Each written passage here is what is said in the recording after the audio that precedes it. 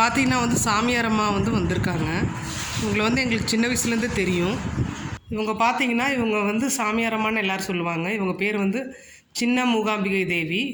So இவங்க வந்து எங்கள் வீட்டுக்கு வந்திருக்காங்க. இவங்க சின்ன வயசுலேருந்தே எனக்கு ரொம்ப எனக்கு தெரியும். எங்கள் வீட்டுக்கு எப்போவுமே எப்போ வந்தாலுமே வந்து எங்கள் வீட்டில் வந்து பூஜையெல்லாம் பண்ணி கொடுப்பாங்க. ஸோ இன்றைக்கி வந்திருக்காங்க. அப்புறம் இவங்க வந்தாங்கன்னா, இவங்க கையாலேயே வந்து சமைப்பாங்க. ஸோ இவங்க வந்து இந்த கன்னடா பிராமின் ஸ்டைலில் வந்து சமையல் பண்ணுவாங்க. ரொம்ப நல்லாயிருக்கும்.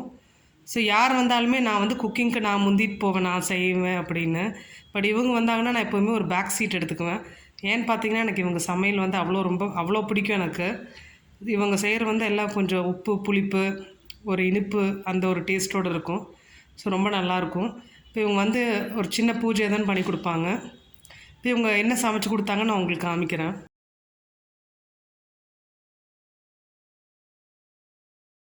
சாமியார் எப்போ வந்தாலுமே எங்கள் பேக்யார்ட் கார்டன் வந்து ஒரு அலசிட்டு வருவாங்க.